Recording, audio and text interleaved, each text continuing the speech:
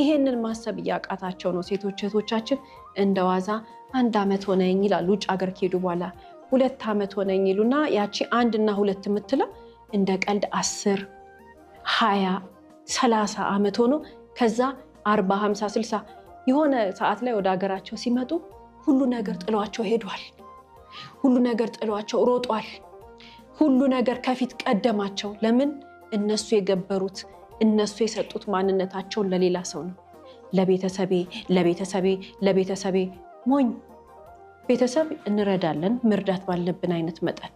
በተረፈ ግን እድሜያችን ጊዜያችን ራሳችን ቁጭ ብለን ለራሳችን ነው የምናወጣው ለራሳችን ነው ፕላን የምናደርገው ወጣት ልጆቻችን ታዳጊ ህፃናት እህቶቻችን ቁጭ ብለው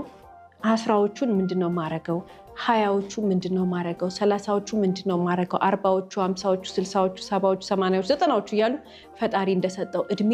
ማሰብ መቻል አለባቸው ፕላናቸው እቅዳቸው ህይወታቸው ማንነታቸው ሁሉ ቁጭ ብለው ሴት ልጆች ሲያቅዱ ቀኝና ግራ ሌላ ነገር አይታይም የራስ ዓላማ ነው የሚታየው ለራሳችን ዓላማ ነው መኖር ያለብን